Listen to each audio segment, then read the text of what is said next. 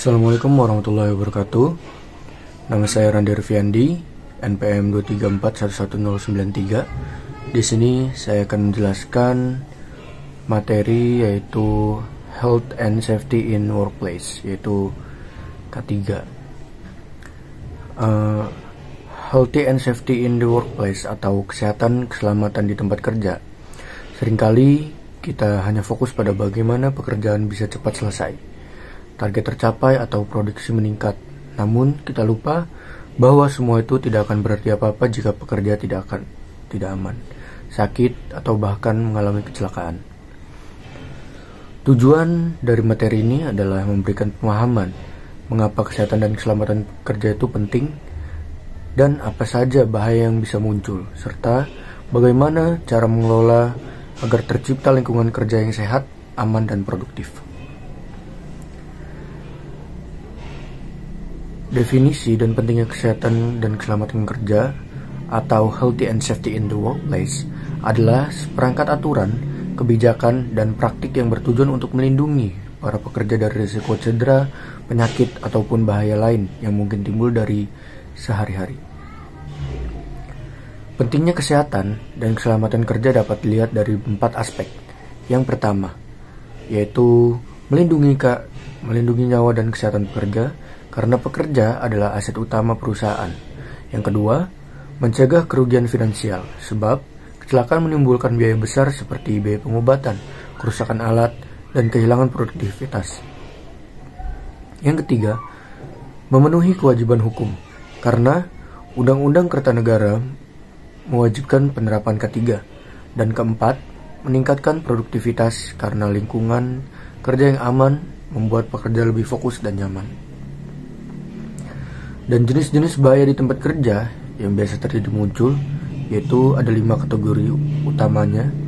Yang pertama adalah bahaya fisik seperti mesin tanpa pelindung, kabel listrik, lantai licin, kebisingan atau suhu ekstrim, dan radiasi. Yang kedua adalah bahan kimia, misalnya seperti paparan bahan beracun, asap berbahaya, atau cairan kimia tertentu. Yang ketiga adalah bahaya biologis, seperti virus, bakteri, dan jamur yang biasa ditemui di rumah sakit atau laboratorium. Yang keempat adalah bahaya ergonomis.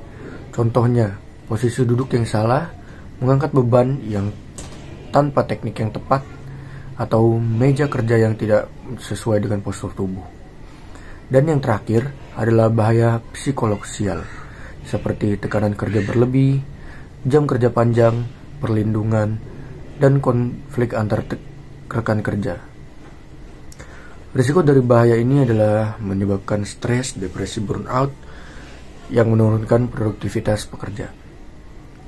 Nah, prinsip dasar K3 yaitu identifikasi, penilaian, dan pengendalian untuk mencegah masalah kesehatan maupun kecelakaan. Ada 3 prinsip utama dalam penerapan K3.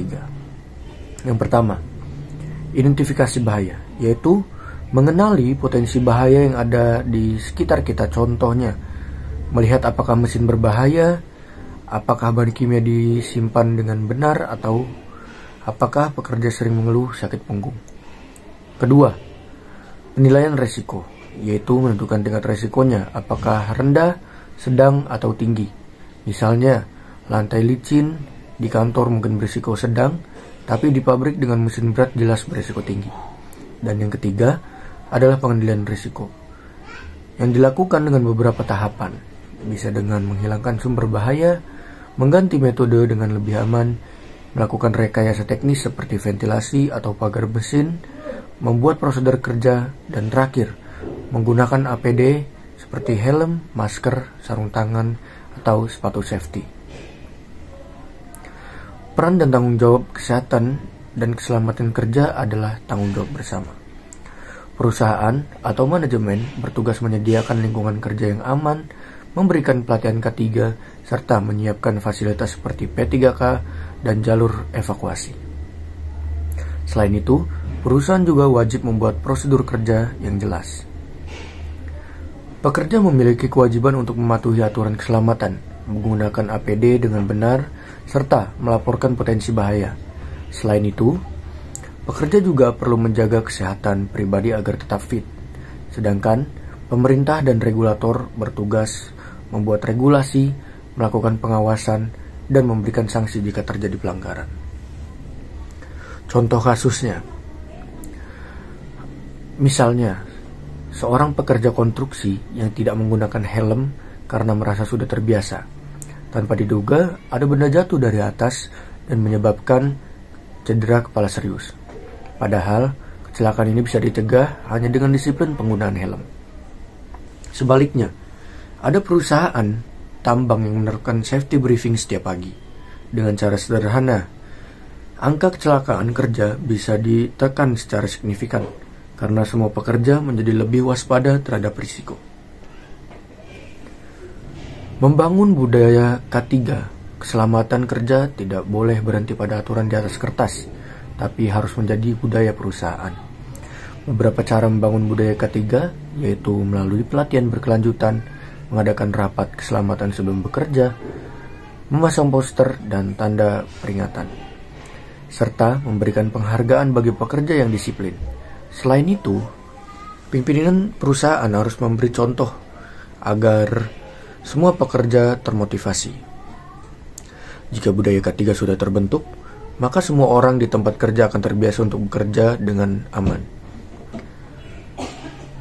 Itu saja yang bisa saya jelaskan.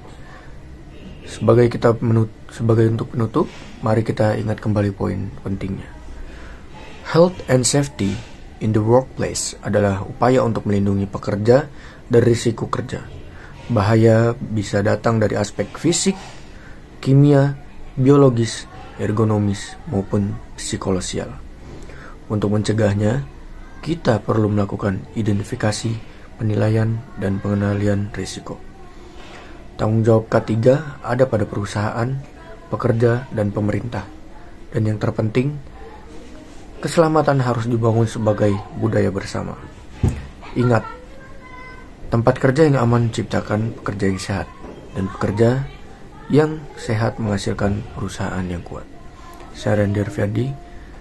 Terima kasih. Assalamualaikum warahmatullahi wabarakatuh.